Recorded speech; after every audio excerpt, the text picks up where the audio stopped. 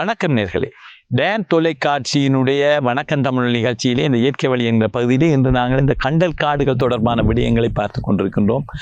அவை தொடர்பாக பேசி கொண்டிருக்கின்றோம். இந்த கண்டல் காடுகளில் இருக்கின்ற தாவரங்கள் அந்த சூழலுக்கு ஏற்க இயல்பாக்கம் அடைந்திருக்கின்றன என்று கூறியிருந்தேன். உங்களுக்கு தெரியும், இந்த தாவரங்களை நிலத்தோடு பற்றி வைத்திருப்பதிலே இந்த வேர் மிக பிரதானமான வேர் தான். மிக முக்கியமாக வேரினுடைய தொழிற்பாட்டிலே மிக முக்கியமானது தாவரங்களை நிலத்தோடு பற்றி வைத்திருப்பது அதனுடைய செயற்பாடாக இருக்கின்றது. நிலத்திலே இருந்து கனிவுப்புகளையும் நீரையும் பூசணைகளையும் தாவரங்களுக்கு உறிஞ்சி கொடுப்பது வேரினுடைய பிரதான தொழிற்பாடாக இருக்கின்றது. இங்கே இந்த வேர், இந்த கண்டல் சூழலிலே காணப்படுகின்ற தாவரங்களுடைய வேர் பல்வேறுபட்ட விசேட சிறப்பியல்புகளை கொண்டவையாக இருக்கின்றன. நீங்கள் இதை பார்த்திருப்பீர்கள். இது நரிக்கீரி தாவரம். நரிக்கீரி தாவரத்திலே காணப்படுகின்ற இந்த வேர்களை மிண்டி வேர்கள் என்று சொல்வார்கள். உங்களுக்கு தெரியும், கண்டல் சூழல் சேரும் சகதியுமான பகுதி. அந்த பகுதியிலே தாவரங்கள் வளர்ந்து பெரிதாகின்ற போது அவை நிலத்திருப்பதற்கான தன்மை அந்த கண்டல் சூழலிலே குறைவாக இருக்கின்றது. எனவே அவை சரிந்து விழுந்து விடக்கூடிய நிலைமை காணப்படுகின்றது.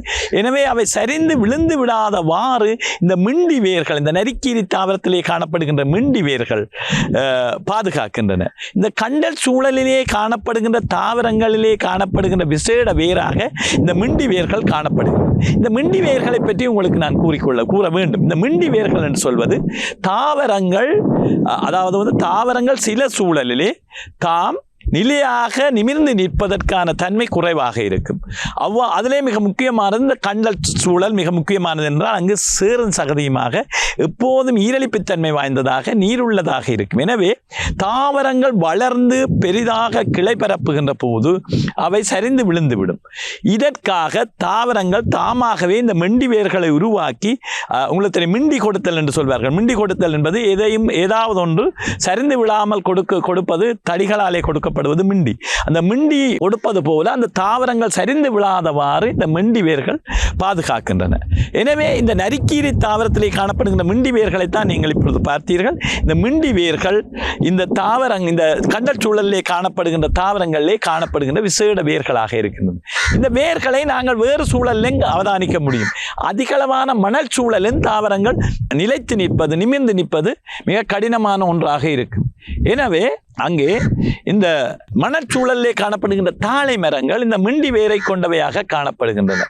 அந்த மிண்டி வேர்கள் அந்த தாழை மரங்களுக்கு காணப்படுவதும் அதான் காரணம் என்று சொன்னால், அந்த மணற்சூழலே அவை நிலைத்திருக்க முடியாத ஒரு நிலை காணப்படுவதனாலே அங்கே அந்த மிண்டி வேர்கள் அந்த தாழை மரங்களிலே தோன்றி இருக்கின்றன. அதே போல நாங்கள் பயிரிட்டு வளர்க்கின்ற சோழனின் அடிப்பகுதியை அவதானித்து பாருங்கள். இந்த மிண்டி வேர்கள் காணப்படுகின்றன. ஏனென்று சொன்னால் சோழன் மிகவும் மெல்லிய தண்டை கொண்ட தாவரமாக இருக்கின்றது.